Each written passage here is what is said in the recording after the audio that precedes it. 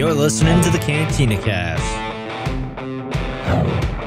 your home for thought-provoking Star Wars talk. Join Albert and Jonesy in breaking down the latest news, trailers, movies, and of course, your favorite characters from a galaxy far, far away.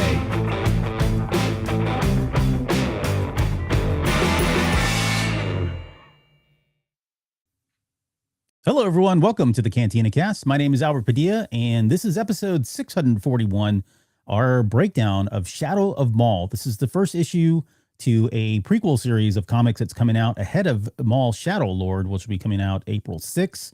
And we had a chance to get a pre-review of the comic, and we're going to break it down tonight. So as with me always is Chris. Chris, welcome to the show, man. How's it going?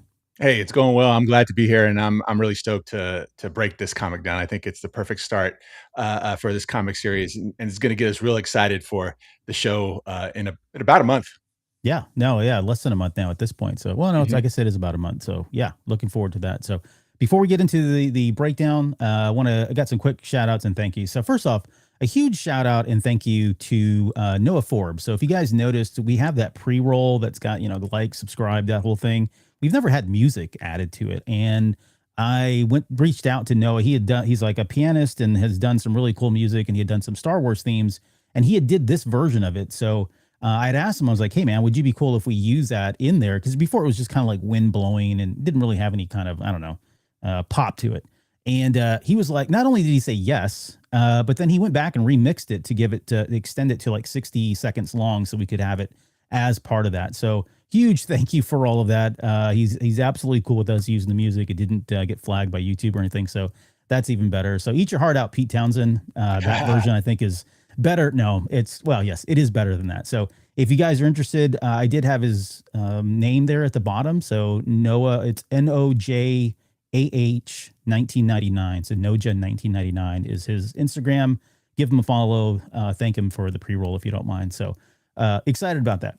Also, we have a new member of Patreon. So welcome, Will I Am. No relation to Black Eyed Peas artist Will I Am. He's now joined the now part of the tribe member tier. So thank you for joining that. Hopefully you're finding all the stuff that we've got back there. We've got a lot more shows coming out that are Patreon exclusives. And just excited to have you on, man. He's been pretty active too in Discord and some other things as well. So thank you so much, Noah, for that. As well as the rest of the thank yous. Yeah, man, thank you. As well as the rest of the thank yous to all of our Patreon members. So there are now part of the tribe members, the rest of those folks.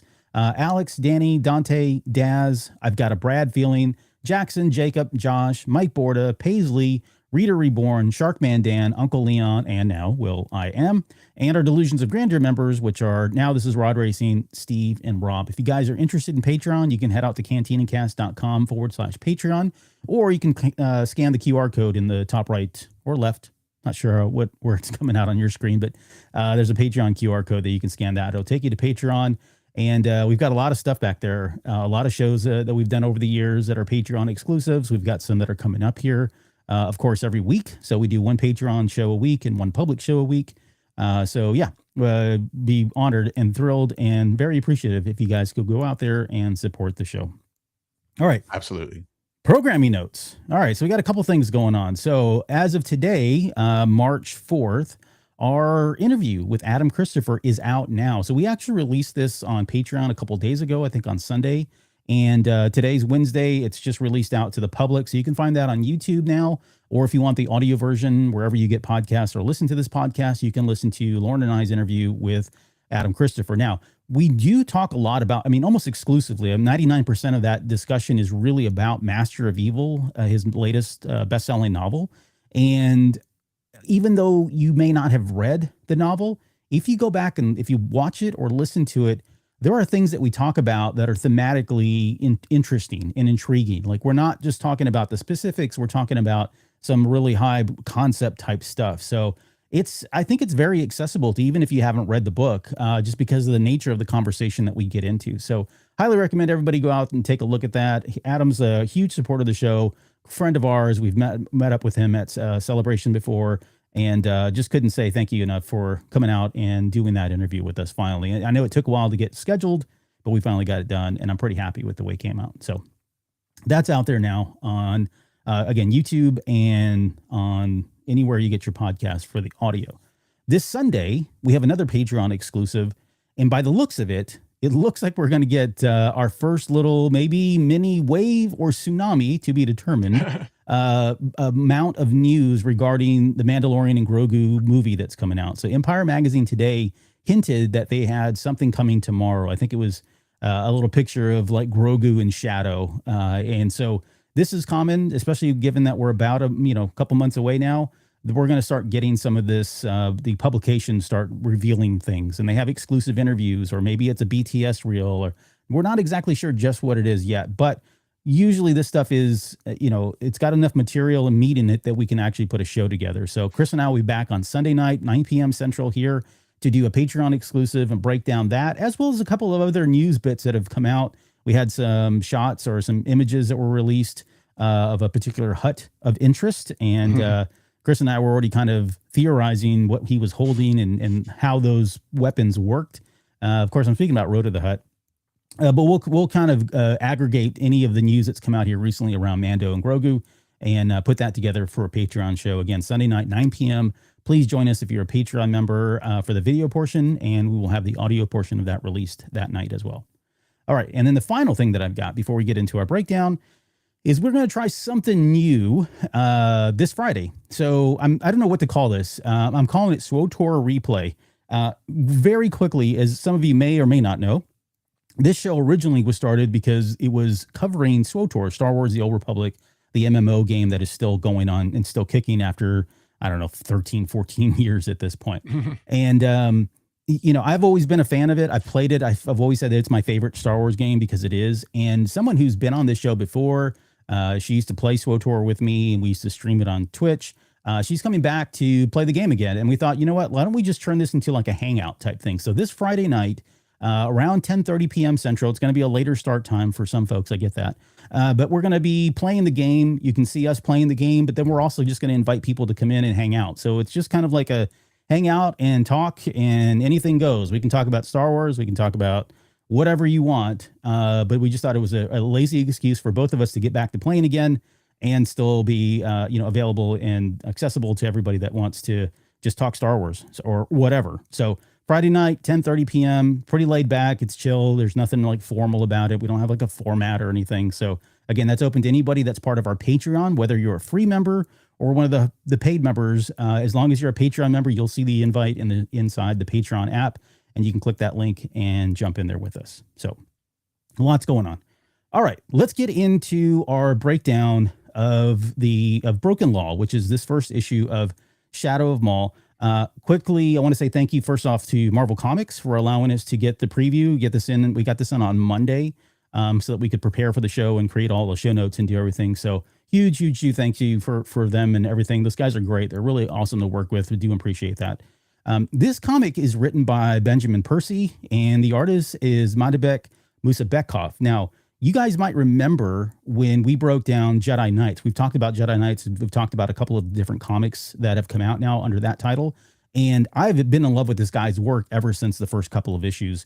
And we can get into all of the, our pros and cons here in just a second. But I thought maybe, Chris, I'll turn it over to you to kind of give us your initial non-spoiler thoughts about the comic before we get into spoiler territory a little bit later. So remember, this title just came out today. So some folks haven't even gotten home yet. They've not read it yet. I totally get that. So if you're listening to the show or watching the podcast or watching the video right now, and you don't want to be spoiled, we'll do some non-spoiler stuff first. And then I would recommend turning it off. And then if you're going to read it, go read it and then come back and play this. Okay. So Chris, I'll turn it over to you. What are your, non-spoiler thoughts about the comic and how it's kind of being set up ahead of that release of Maul Shadow Lord coming in just about a month? Well, first of all, I want to reiterate what you just said. Thank you, Marvel Comics, for allowing us to get this a couple of days early so that we have the opportunity to break it down today. Thank you so much for letting us have that opportunity. First thoughts, it's a beautifully drawn book. It is a beautifully written comic book. I really enjoyed those aspects of this comic. And what it does, it looks like it's setting up a story arc or part of the story that seems to be a story arc that's going to be featured heavily, excuse me, in Maul Shadow Lord. So I think this is a perfect setup for that. And yeah, if you guys out there have an interest in setting up the backstory of the upcoming TV show, I would definitely recommend to go pick this up and all the other books in this series. It is a good comic book, and again, it's the perfect starter place for us to get the hype going for Maul Shadow Lord. Yeah, and I would agree. And to go back to the writing, so Ben Percy is the writer, and I didn't remember what he had done. The name didn't even sound familiar until I went back and looked at some of the stuff that he had done in the past. So he'd worked on Detective Comics for a little bit over at DC. And I was like, oh, okay, this kind of makes sense, right? Because you think about we'll get into the details here in a little bit. That seems to align. Right. And then when he came over to Marvel, he was doing Punisher. So they rebooted Punisher I think in the fall of last year at some point. And he came on as the primary writer for that. And he's had a huge positive response to his writing because of the way he wrote Punisher. I got a chance to check out a couple of the issues before, just because I was doing my research. And I'm like, okay, this tracks, right? He's got somebody like, he's got the Detective Comics portion under his belt. He's got Punisher, and he's done other things too. X-Men, I think he did some Spider-Man runs and stuff. But, when you think about the Punisher and the crime lords and syndicates and all that, it just naturally fits. And so after reading the comic, it makes absolute sense. And what I would say is the comic is very, very good, well written. And I've said this before on the show many times, like, I like comics. I'm going to read comics no matter what. Bad writers, bad art, good art. But it's always nice to have a really good, competent writer behind a comic, because sometimes you don't always get that, unfortunately, in my opinion. But yet here we have somebody who's very well written in terms of how he writes comics. The story is non-linear. So we're not, it's not like, oh, we're just kind of following along a traditional tropey path of things happening. He's kind of jumping things around with the story. It's complex in a lot of ways too. Like, there's a lot of stuff that's thrown in here that we don't have answers to, which will naturally get teased out as the rest of the 5-issue series comes out. But I'm also hoping that some of that will play into the actual television show as well. So, and maybe we can talk about that here towards the very end. So I enjoyed the two main characters. This is not a spoiler because it's already been talked about, but the two main characters, at least as the protagonists, are Captain Lawson and then a security droid by the name of Two Boots. And they had some really good comedic bits. They had some really good comedic moments. The artwork, just to kind of toot, what's his name? Musa Bekov again. He had lots of clean lines with the art and how it's drawn. The way he uses space and the way he uses the panels is super engaging. Like, it's not to the extreme of like the 1990s Image comics where things were just really all over the place. And sometimes you had to like flip the comic around because they decided to make a landscape panel or big page or whatever. But he does a lot with the space that he's given, and it really kind of keeps you engaged without losing you as well. Sometimes that can go a little too far. And he's done more, I think, with this book in that regard than he has done in Jedi Knights. Like, he's done some really great work in Jedi Knights, but he's almost gotten a little bit more creative with how he does some of the panels and some of the shots. And we'll show some of the images here in just a little bit. So really, really enjoy it. He also does a really great a good job with his use of angles in some of the shots. If you're thinking about like camera work, for example, just how those things are framed and where the focus is on the panels. So this stuff really matters to me as an avid comic book reader. I love when I feel like I'm being engaged with the artwork, and he does a really great job with that. So overall, I really appreciated the tone of the book. Like, it very much had like Andor vibes at times, because really, there's no Force in this first issue at all. They don't really get into the Force. We don't, I don't want to spoil anything in terms of like the Darth Maul content either, but it's very much a gritty, seedy underworld kind of crime story, crime boss, crime lord type story. And he does a really great job with that. So it does set the stage, like Chris said, for potentially what's going to come as we get into Maul rising to power on this planet of Janix.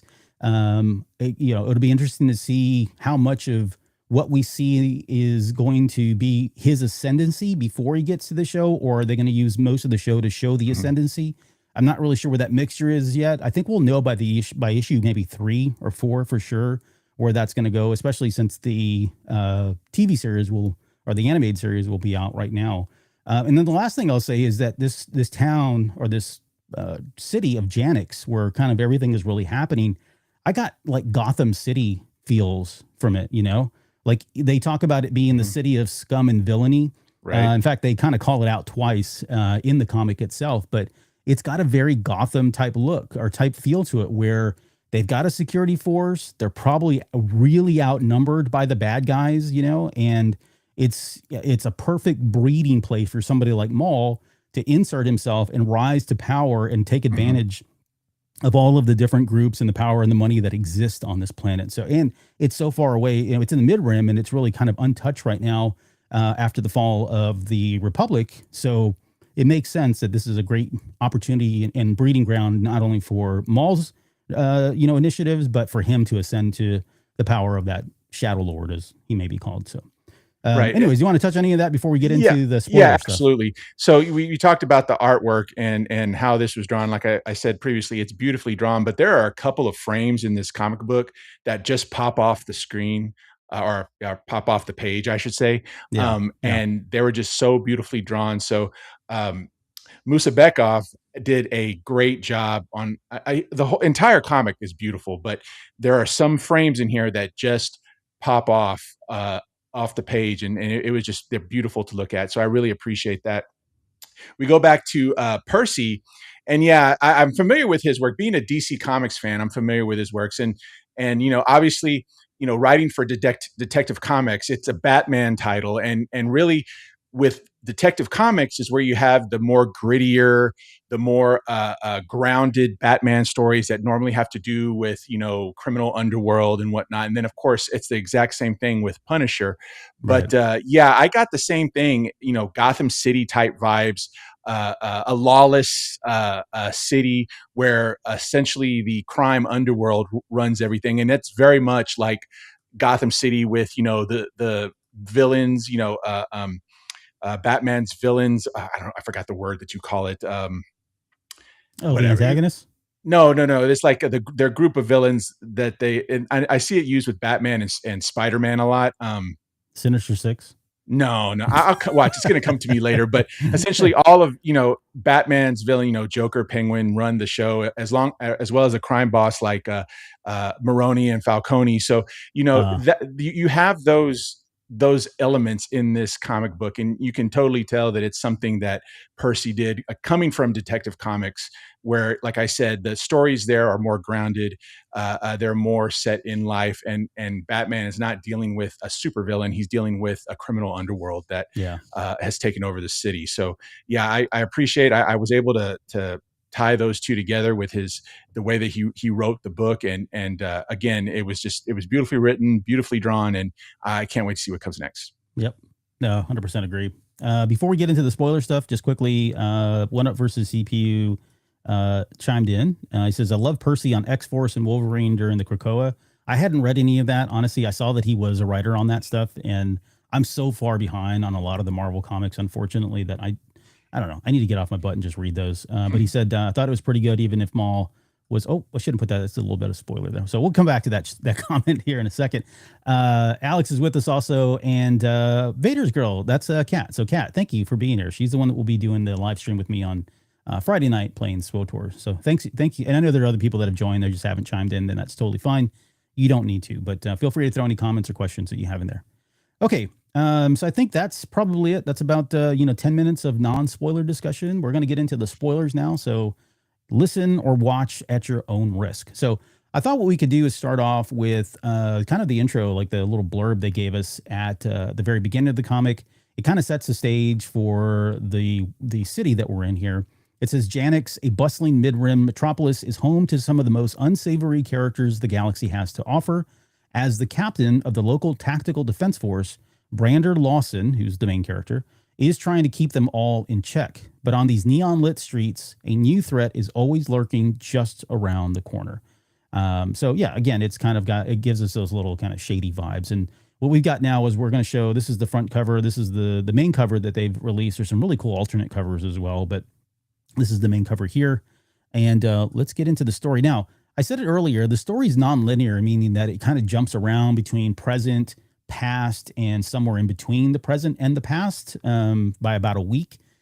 So what I thought it would be easiest to do for the kind of the breakdown of the comic is just kind of keep these in that kind of same order, but group them up. So we're going to talk about all the stuff that happens now. Then we'll talk about the stuff that happens a week ago. And then we'll talk about the stuff that happens in between there, and then kind of end with what I think is probably now as well. And that's just kind of the last cliffhanger there. So so we open up on Janix, and this is Captain Lawson here. You can kind of see him on screen. He is a former bounty hunter. We learned that very briefly in there. We'll see if that plays into the comic at all a little bit later. But again, he is the captain of this tactical defense force, TDF. And you see he's got some guys that we'll show here in a little bit that work for him, and they say they have like TDF and Orbesh written on their uniforms. Let's see, we got he's being interrogated at the headquarters along with his cop buddy, which is Two Boots, and you don't really see him here. We'll see him in a little bit, but he's being interviewed by this gentleman by the name of Claverine Rule, who is part of the Internal Investigations Department. You see him here. He's kind of a slimy guy. They portrayed him to be as such, anyways. But he's being interviewed by this gentleman here because Rule has found out that there's been a death. He's investigating the death of one of Lawson's own guys. So one of his officers named Hendricks has died, as well as another one of his officers named Fraxmore, who has disappeared altogether.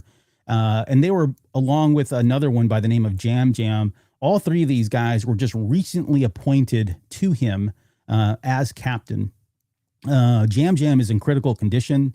So something really horrible went wrong, and he's trying to investigate it and figure out what it is that's going on. Now, Lawson doesn't give him any information. I mean, at one point during the interview, Lawson tells Rule that one of the men mentions that one of the men has like a red cybernetic hand that plays into this a little bit, but that person was also corrupt, and we'll learn who that is in just 1 second here. And then Rule tries to pin Lawson down on confessing that he was resentful because he just got these newly appointed officers, and that maybe that had something to do with the corruption. But Lawson just kind of, pushes it aside and says, no, this bureau has been corrupt for a long time. So we talked about Gotham, right? And the kind of vibes. This is definitely one of those vibes where we know that the Gotham police, have been infiltrated, and they're, for sale at times, and Joker and a number of other villains have taken advantage of that. Kind of get the sense here too that they are for hire in some ways, and I think that's going to be what we'll see a little bit later, especially based on some of the solicitation information that we got for upcoming issues. But this whole kind of interview doesn't go very long. In fact, Lawson, it's a little bit of a comedic bit, says that he's only there until his coffee runs out. Well, eventually his coffee runs out, and he decides to get up and leave. And Lawson then tells him, as he's walking away, he says that, hey, this is an internal investigation, or this is an ongoing investigation. I really can't share any information with you on what happened to my three people. And then him and Two Boots decide to just walk out and leave. And you can see right here that Rule is yelling at him saying that, hey, you're not done here, Lawson, come back, kind of thing. And he just leaves. And so that's kind of like the first part of it. But I guess any thoughts, any comments, anything you want to add to this first section of it before we go flashback to a week and really get into the events that happened that led up to his three people getting murdered, disappearing, and in critical condition? Yeah, I thought this part of the story was actually what kind of reeled me in. Obviously, something happened, and this investigator Rule's trying to get to the bottom of it, and this reeled me in immediately. I like the way that Percy wrote how cavalier Lawson was. He's just like, yeah, when I'm done with my calf, I'm out, and that's essentially what it. And I like that little interaction, like right at the end, where he's like, don't get in my way. Yeah. At the end there, so, it's very right there. It's very Batman / Commissioner Gordon type of interaction that you see sometimes in the Batman comics, because I know in visual media, like in the cartoons and the movies, Gordon and Batman get along okay, I guess, but in the comic books they actually butt heads quite often. And that's what it kind of reminded me of. And I could have, I swear he probably wrote something like that for Detective Comics, but this pretty much reeled me in. And I was now, curious to see, how did they get to this place, and why is IA like really, really trying to dig into Lawson because of this? Is it an ulterior motive, or are they truly trying to find out what happened, or are they trying to keep him from, digging up some more, skeletons out from the ground that they don't Interesting. want dug up. It's I'm really curious to see where it goes from here, but it's really setting up the story really well. Yeah, I hadn't considered that, but the way he's drawn and the way he's portrayed, like I said, he comes across as being sleazy or slimy. Sleazy, exactly. Yeah, so He maybe there is reminds me, and I something. don't Go ahead. no, he reminds me how he looks, and I can't remember the name, but the doctor that kept Oh, from the Andor. children imprisoned on the Bad Batch, and had Oh, yeah. Mm-hmm. gosh, I forgot. I don't even remember her name anymore. Oh my goodness. Uh, what was the Omega. name of the girl from Omega? Yes, the one, the doctor that had all the children there Yes. in Yeah. that Yeah. facility. He reminded me of him, and that guy was sleazy as you can all get out. So Right. I agree with you. I think he may have an ulterior motive to try to keep Lawson from continuing what he's doing. That's interesting. Yeah, I hadn't considered that. Like, there's something not right about this guy, but yeah, he may be Right. working for someone else, or like you said, trying to keep things covered up in some way. I think that would make more sense given how he comes across in this issue. So And again, the writing here, like I mentioned, I have to really give props to Percy for the way he wrote this book. And you talked about how writing can really make a difference in a comic book versus just having your standard comic book or graphic novel or whatever. But then you have someone who comes in and who actually is passionate about writing and actually writes a great story. That gives you books like, All-Star Superman, The Dark Knight yeah, Returns, books like that. So I really appreciate good writing. Yeah, comic books, you want to see the illustrations, you want to see the what's drawn in the frames, but really visual if you have candy. good writing, that takes it to another level. Yep. Yeah. So yeah, pretty happy with again with what he did here. Um, okay, so that kind of sets the stage, and let's flash back now to about a week before all of this even happened, right? And so we learned that Captain Lawson. Let me go back over here to. So Captain Lawson are trying to him and Two Boots are on an assignment, and they are trying to take down some, I don't know, I guess a crime syndicate. There's a gentleman by the name of Demas who is kind of like they haven't really said who he is, other than he's a corrupt crime person, and he's running a couple different rings or something. And they are trying to get him to come in, and so they send Lawson into this kind of like bar, and in this bar there is a. I'm not sure. I was trying to find my notes here. Here we go. Yeah. Okay. So he's basically there's a sting going on, right? He goes into this bar, and what he learns is that these guys are using these very venomous creatures and extracting the venom from them, and they're like using this on the black market for people to like murder and kill other people, right? And so he comes in here trying to figure out who's doing what and kind of get this main person who's called Demas. Well, this thing goes really horribly wrong all of a sudden out of nowhere. In fact, there's you can kind of see him here. This is him in the bar, and in the background they've got like this almost like a showcase, right? Like you can go in and you can see all the different species of creatures that they have. And the people down here in Shadow, those are like the what did they call them? Those are the I don't know, shoppers, I guess, right? They're the ones that are looking at these things and picking them out. So these guys are bad as well. He goes up to the bartender, orders a drink, and after he takes the drink, he realizes that bartender has put a venom in there. He's put some poison in there from one of these creatures, and it starts impacting Lawson. And so he realizes, holy crap, something's not right here. They knew we were coming. Now, all the while this is going on, you've got Two Boots in his ear saying, do you want me to go in now? Do you want me to go in? Do you want me to go? And it's kind of funny, right? It's not, it's again, he's kind of more, brings a little bit levity and more of the comic relief, as droids generally do in Star Wars. And, he's kind of telling him like, no, not yet, not yet, not yet. And then as soon as he realizes he's poisoned, he's like, get in here, like quickly. I need you now. That whole series of events there reminded me so much of K2SO and Cassian Andor. It just reminded me so much of that. I really enjoyed reading that. Yeah, and Two Boots does have, I would agree, like he does have a lot of personality traits and features that are similar to K2SO. Just the way he kind of carries himself, and he's very literal at times, and he says things that are more for comedic relief, even though he doesn't probably take them that way. We definitely do. But so after he takes that drink and he realizes he's poisoned, that bartender then decides to go after Dawson here. And I think I've got a picture where he's about to like hurt him. Yeah, he kind of pulls out this like sledgehammer thing. And that's when Two Boots finally shows up and kind of intervenes. You can see one of the creatures here. Two Boots shows up. That's him down there. And you can see one of these big creatures that's coming out. Because what happened was the hammer got thrown and he missed, hit the glass. It broke free this creature and like a spider creature and a number of other ones. And so like mass hysteria is broken out, right? You've got people running out of the bar. You've got Two Boots in here trying to fight off these creatures. You've got Lawson who's starting to really lose sense of his limbs and he's becoming numb. The poison's really starting to have a really bad effect on him. And it kind of ends here. Well, it ends there. So they end up going back to the station after all this is over. It kind of ends with him kind of like passing out.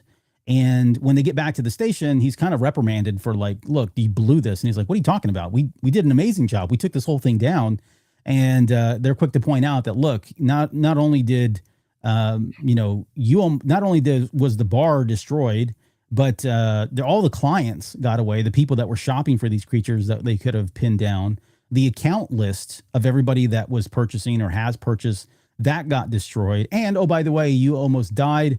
And now we don't have anything to pin on this Demas crime lord that we were going after. So it really was kind of a failed mission in a lot of different ways. But the key point of takeaway here is that someone tipped them off. Like someone told this bartender or this establishment that Lawson was on his way in there, and that's why everything went south. And so now they've got a mole in the police force, right? And so he kind of makes that, he lets everybody know, look, there is a mole there. We should also note at one point in one of these panels, one of the guys that's sitting at the bar has a cybernetic red hand. They just kind of show him briefly.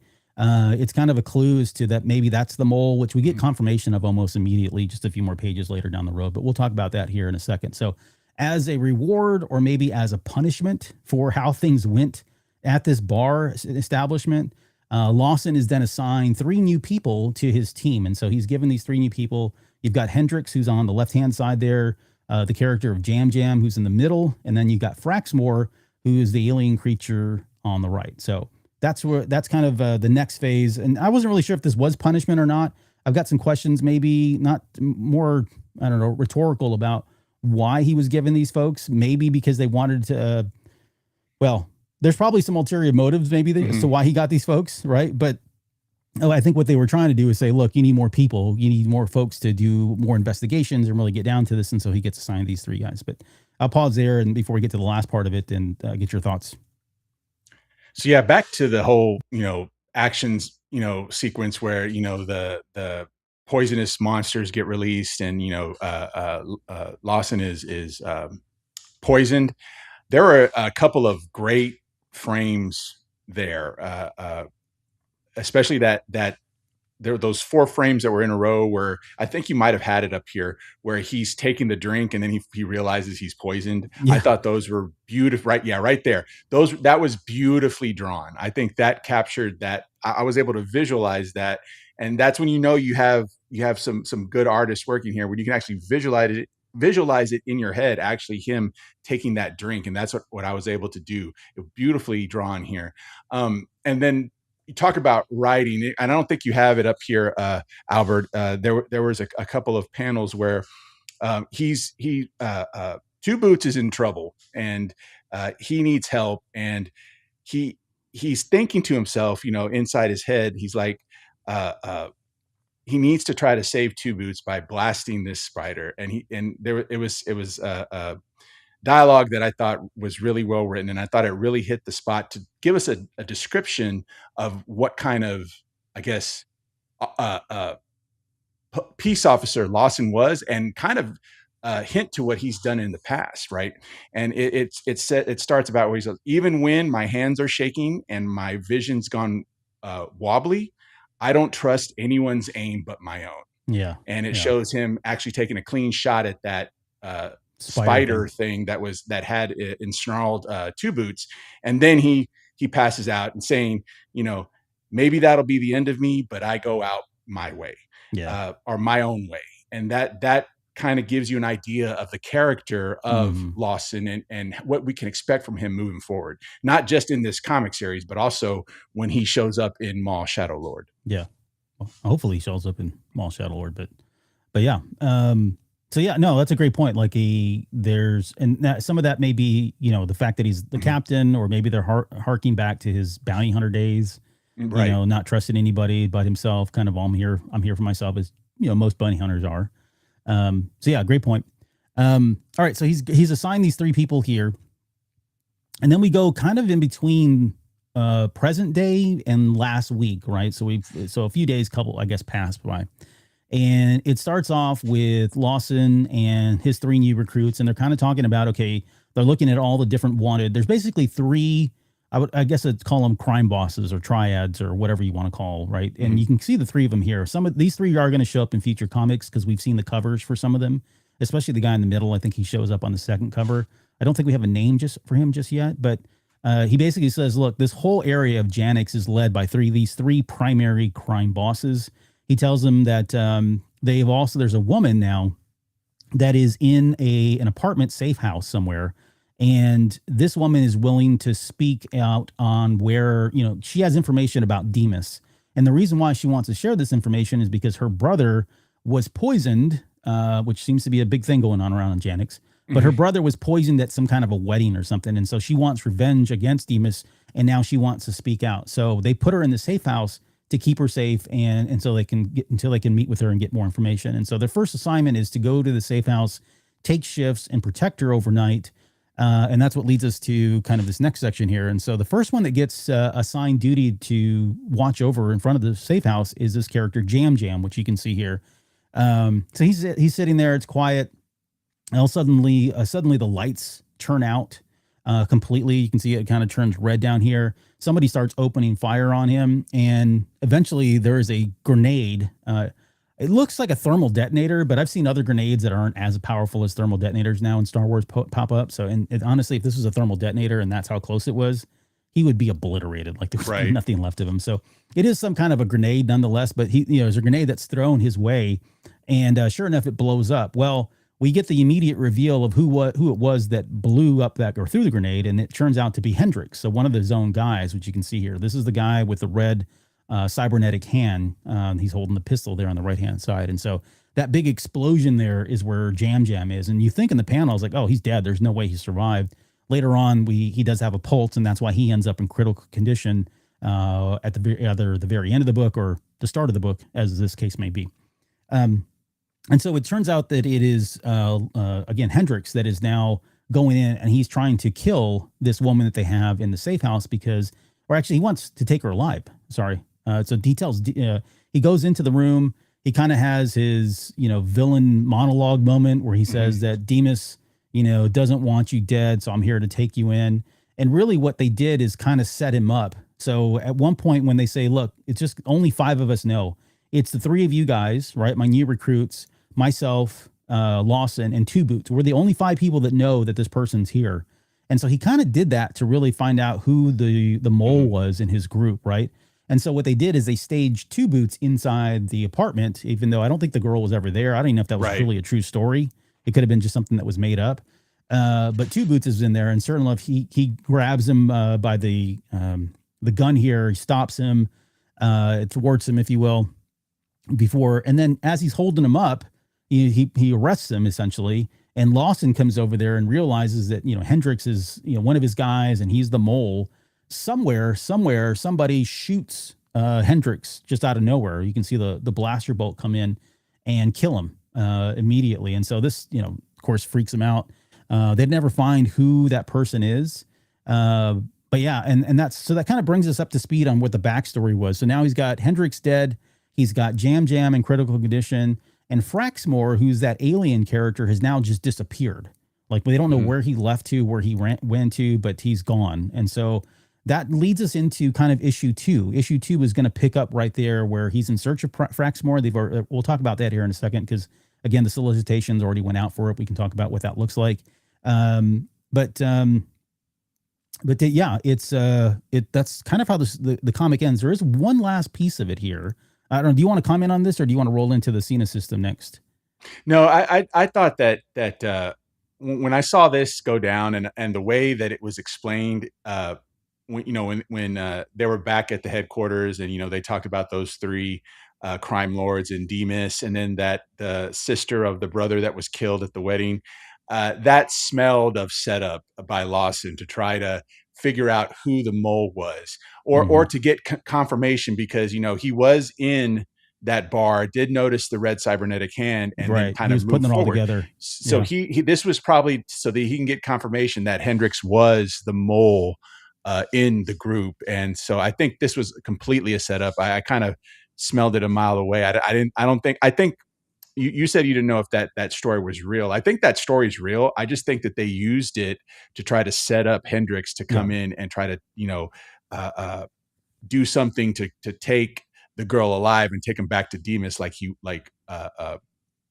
they wanted. So it was a setup, but I thought the way it was written, and again, the comic was written beautifully, and I thought, if you weren't like a avid comic book reader, you wouldn't have seen that. But I thought that was a perfect setup that they did to try to weed out the mole.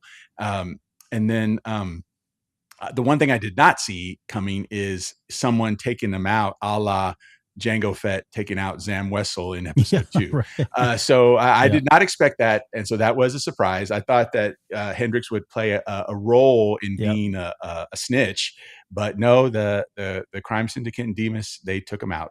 Yep. No, or so we think, right? I mean, Yeah, true. that's the thing about this comic, and I guess some of the writing is like there were some things that I didn't expect. Like this is another one. You're exactly right. I was not anticipating this. I was like, okay, we're following along some similar territory here, even though we Mhm. were kind of in a non-linear story. But did not anticipate that Hendrix was going to get killed, especially since they kind of they showed him at the very beginning of the comic. They really emphasized the red hand, and I thought, okay, well, he's going to play some larger role in this, and that turns out not to be the case. So, Right, exactly. yeah, unless he comes back to life, which in Star Wars, no one's ever really gone. I'm just kidding. I think he's dead. He was pretty much shot, like obliterated. I mean, they did the Thum, which you can kind of see there, which in Marvel Comics means that's a pretty big shot Yeah, that he took there. you see, I know I haven't read many Star Wars comics, but when in comics where Chewbacca shoots his bowcaster, it has those big Yeah, words yeah, describing the sound of the blast, and we all know the bowcaster is a very powerful weapon. So I'm gonna go out on a limb and say that Hendrix is gone, but like you said, we don't know. We'll find out more in issue 2. right. Hopefully, we do. Okay, and then the very last piece of this, and so this is where I was like, okay, we're getting Force Awaken vibes here, and this is what one of us CP was talking about. I'll throw the comment back up. He says, "I thought it was pretty good, even if Maul was only on one page," and that is the case. It turns out to be the case. He's technically in like maybe 2 panels or 3 panels total, but they did kind of save him to the very end, which I think is fine because this was set up as a prequel. It's not, and they've got to do a lot with the comic, right? In the animated series, they're just going to probably just jump right in. We're going to start with Maul. That's what we Mhm. want to see, etc. But the comic is a nice way to kind of do all the backstory and really kind of give you that context that you may or may not want, but is present should you want it, trying to understand how all of this plays into the larger picture. So but we do get just a couple more panels here. We're now on the Cena system, which I don't know where the hell that is. It's far away. And someone, shocker who that is, but someone has secured passage to the city of Janix. And they also need these legal chain codes as well. So you've got this gentleman right here who's got a ship. You can see a ship there in the background. He's also talking to somebody that you can he's almost talking like in first person, looking right at the camera, if you will, and is talking about, look, I've got a ship. I know you want to stay in the shadows. That's my specialty kind of thing. And I've got all kinds of legal chain codes that you can use to change your identity to whoever you want to be. And so with all of that, right as they get on the ship, it turns out that person is, of course, Darth Maul. And Maul takes his lightsaber out, cuts him in half, which you can see half of his body on the left-hand side there and the other half down here on the bottom. But cuts him in half and then, tells him that, what was the word here? His line was, now that my terms of my passage have been arranged, Jarix awaits. And that says to be continued. And that's literally how it ends. So we get to see Maul briefly stand. I think there's one panel where he's standing with his double bladed lightsaber after he cuts this dude in half, and then he get this one right here where he's kind of in shadow, of course. He's got the hood on, and he's on his way to Janix.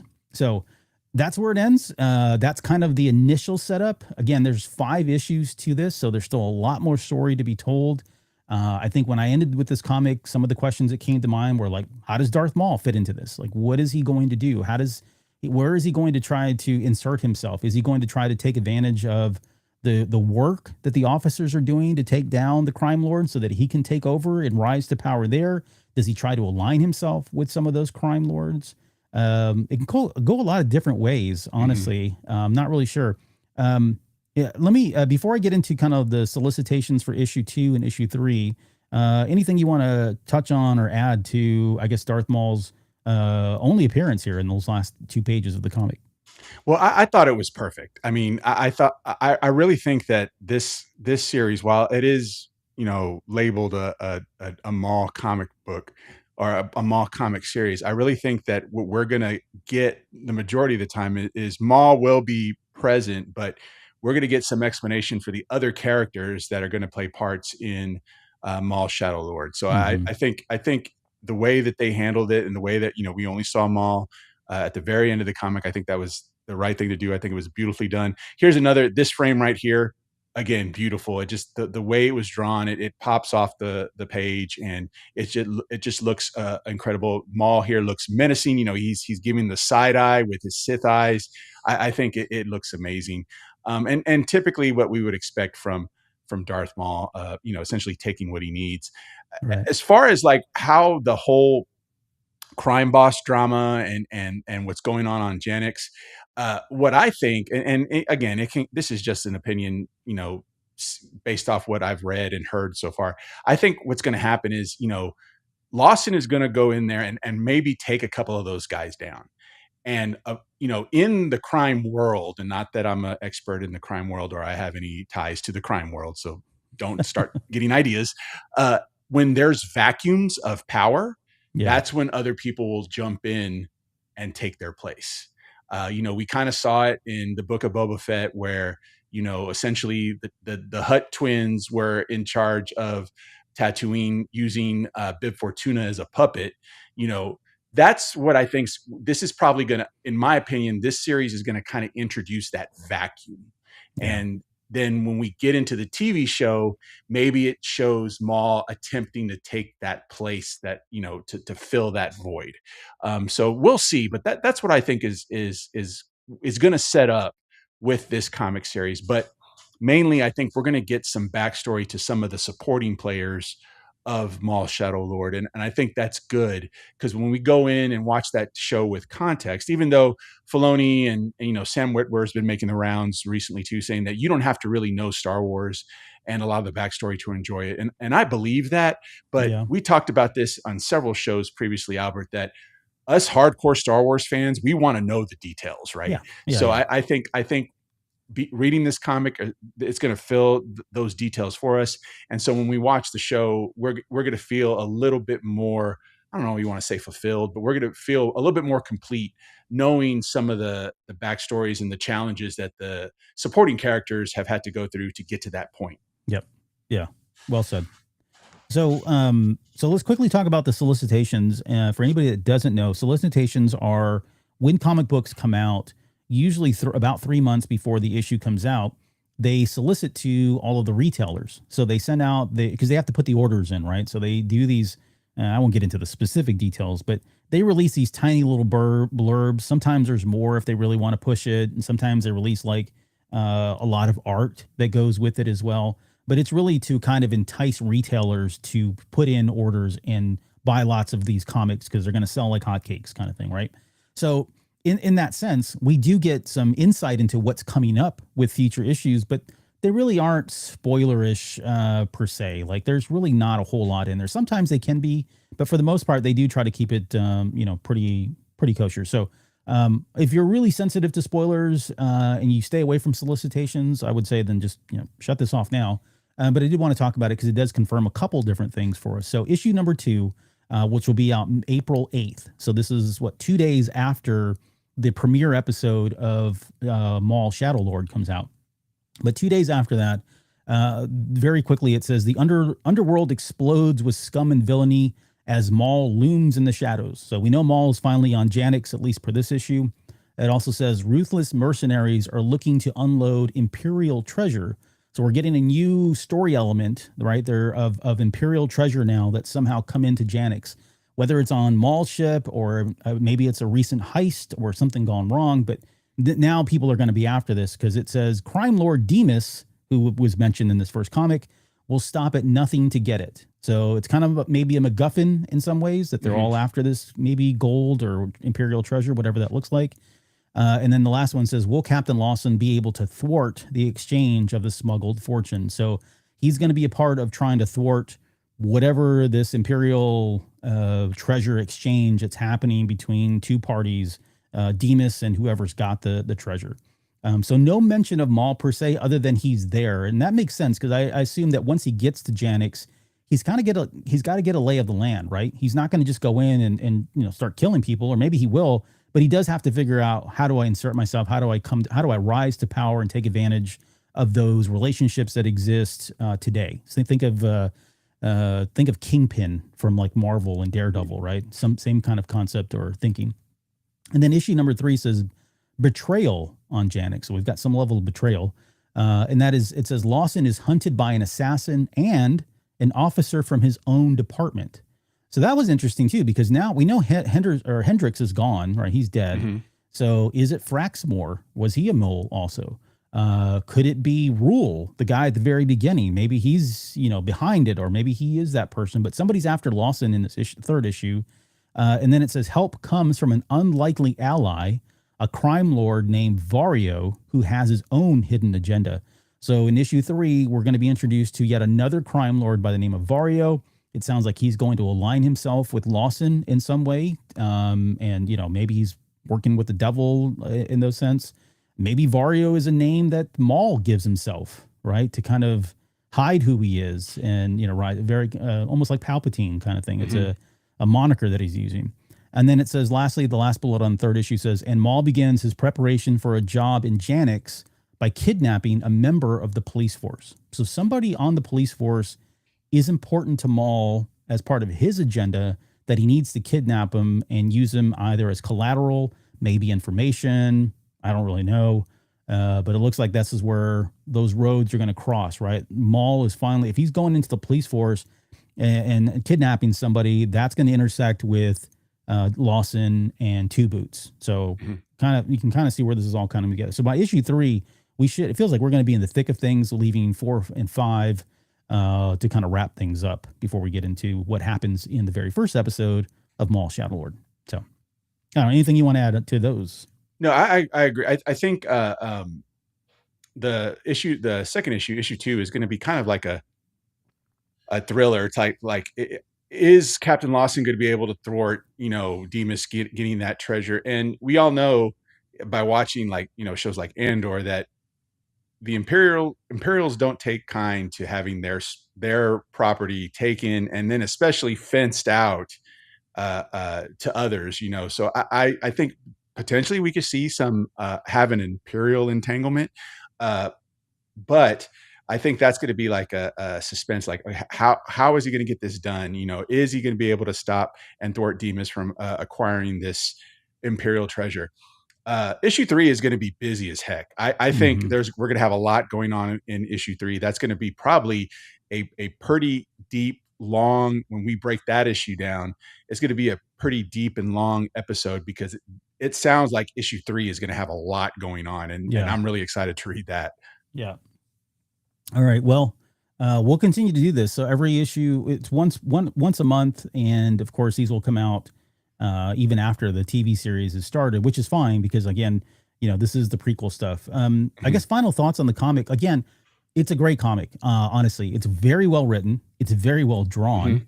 I can't say that I was expecting that. And I'm just really surprised and pleasantly surprised that the quality of the comic's good. Is it for everybody? Probably not. But I think if you're a fan, like if you have to have all the context and want all the details, like I don't see how you not pick this comic up, quite honestly. Right. I would feel a massive case of FOMO by not picking this comic up and just jumping directly into Maul Shadow Lord. So definitely recommend it if you're in that boat, or if you feel like, hey, I don't feel like I necessarily have to have it, but the context would be kind of cool to know. Well, know that if you spend your $5 on a comic book, you're going to get something that's pretty well written for Star Wars and just comics in general. Like, I'm not lowering the bar here. It's a really good written comic. It's a very well drawn comic, and so it's a good quality comic. So I'd recommend anybody pick this up, quite honestly. But again, I do understand that some folks are like, nah, just give me the animated series, and that's totally cool. But you can't go wrong with picking up this comic based on the first issue. I think it was really great. They did a really good job. It was very, again, pleasantly surprised in terms of how well it was written and the quality of the comic. And I'm looking forward to it. Like, I really want to know more about what's going on Janix. And I think, and this is the last thing, this is where the only hesitation that I have with comics like this, where they tell these backstories. I can think of a number of TV series that have done this. If you remember Fringe, a show that came on Fox Television almost 15, 20 years ago now, they did like a prequel comic series. When Superman Returns came out, they did a couple, like 4 issues that showed how the symbol looked a little different. His uniform looked different when he came back. This is the Brandon Ruth version of Superman. And so this is not atypical. Like, this is done many times before. My only feedback with a lot of those, and there's more examples, but my only feedback with those examples, or when they do this, is sometimes the story never really has any impact whatsoever in the main animated series or the television series, nor, and that's fine. Like, I can get past that. But then, like, some of the characters and the scenery, or some of the locations, like, they have nothing to do with the main one. And that's where I feel like, okay, I get it. I like the backstory and I loved it, but I really want it to mean something, even if it's just small things, subtle things, like you said, where we mention some of these characters, and they mention, I'm not saying they're going to mention the TDF, I would imagine, right? But if we find out that what's his name? Froxmore? I forget the guy's name. But if one of these characters actually showed up in the series, that would be really good. I really want that to happen. And it sounds like they were working closely together on this. I could be wrong there, but that would be the only hesitation where I was, I don't want to steer people down the path of like everything that you see in the comic is going to play directly into the animated series, because we just don't have a precedence for that. I hope that's the case, but that may not be the case. So kind of, purchase it I guess at your own risk if that is something that's important to you. So, but those are my final comments, my final thoughts. What about you? Yeah, I don't think we're going to get essentially a prequel comic that just explains like a simple detail that maybe someone might be curious to know why that is. Like, you brought up the prequel comic for Superman Returns, and that explained the change of his costume. I'm familiar with that, and that's just filler. That's just a way to sell a comic book tied to a movie to explain a detail that wasn't going to get explained in the movie. Right. But I don't think that's what we're going to get here. I think we're going to get some meat and potatoes out of this comic series, and I think whatever the storyline in this comic series, I think, will play in the TV show to a certain extent. So I'm not worried about that. I think we're going to get real good content, and like you, it's beautifully written. It is beautifully drawn. It is beautifully colored. But if you were looking for, pages and pages of Darth Maul action, that's not this. And I did have someone say, well, it should be, because Maul is front and center on the cover of the comic. I'm like, yeah, but if you know comic books, you know that you cannot. It's one of those situations where they say don't judge a book by its cover. For comic books, that is absolutely 100% true. 100% true. So yeah, it's setting up again. I think it's setting up some backstories to secondary characters that are going to play a part in the TV show, and I think that's the way to go, because again, that actually feeds into the storyline of the show versus just having a comic series that explains some details that we may have a question on when we see the show. I think if the story feeds into the TV show story, that will show the girth of this particular series, and I think that's what's going to happen. All right, I'm hopeful, honestly. So we're looking forward to. We'll see where this goes in the second issue, and again, we'll have our final hype show. I've already scheduled. I put it on the calendar already. By the way, FYI, Chris, it's out there. We've got our final hype show scheduled the week before, of course, as we always do, and so that'll be a fun show because we'll get to be talking about this comic and then anything else that's released ahead of that television series or the animated series. So it should be a fun-filled, content-rich type final hype show that, so that's already coming up. We'll do that here very shortly. So before we get out of here, again, thank you to all of our Patreon members and thank you everybody that joined us for the live stream. So One Up versus CPU, Alex, Kat, Only Vader's Girl joined us as well. And a number of other people too that didn't chime in, and that's totally cool. Thank you guys for joining, listening, watching the show.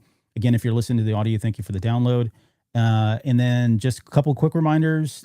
This Sunday, let me start with this Friday. This Friday, Kat and I, Only Vader's Girl, are going to be doing kind of a SWTOR hangout. So we're going to be playing Star Wars: The Old Republic. Anybody that's a Patreon member, whether you're on the free plan or any of the paid plans, we'll send out a link, and you guys can just jump in, and we can talk about whatever. It doesn't even have to be Star Wars. You can hang out with us all night long until we fall asleep. So that's coming up on Friday. Sunday, we've got our Patreon show. That'll be a Patreon exclusive where we're going to be breaking down a lot of the news that's coming out, hopefully tomorrow and maybe even on Friday around Mandalorian and Grogu. So Empire Magazine teased a couple things. We are anticipating that we're going to get some more information. So we'll break whatever that is down on Sunday as a Patreon exclusive. And then lastly, don't forget that our Adam Christopher interview. So Lauren and I did an interview with Adam Christopher. That's out on YouTube right now. If you want to watch the video or if you want to download it, go out to wherever you get your podcasts and you can listen to the audio. Very, very insightful. You don't have to have read Master of Evil to kind of get what we're talking about. And there's some really cool concepts that Adam really talks about and we talk about as well that tie into the book, but are kind of general and innocuous in terms of how they apply to a lot of what we think and feel about Star Wars. So that's going to do it for me. That's going to do it for Chris. Any final thoughts, comments before we get out of here? No, just I want to send my thanks to everyone who joined us tonight, all our Patreon members, and I look forward to the next show on Sunday. Yep. All right, guys. Thanks so much for joining, and we will see you on the next episode.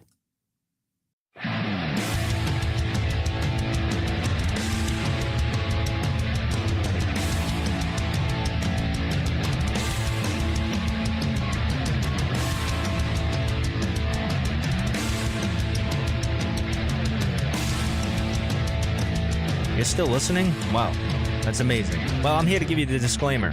Normally we do a big, long, drawn-out disclaimer thing saying what's what and who's what and all that other stuff, but I think you guys kind of know that Lucasfilm and Disney have no affiliation with us at all, and we have none with them.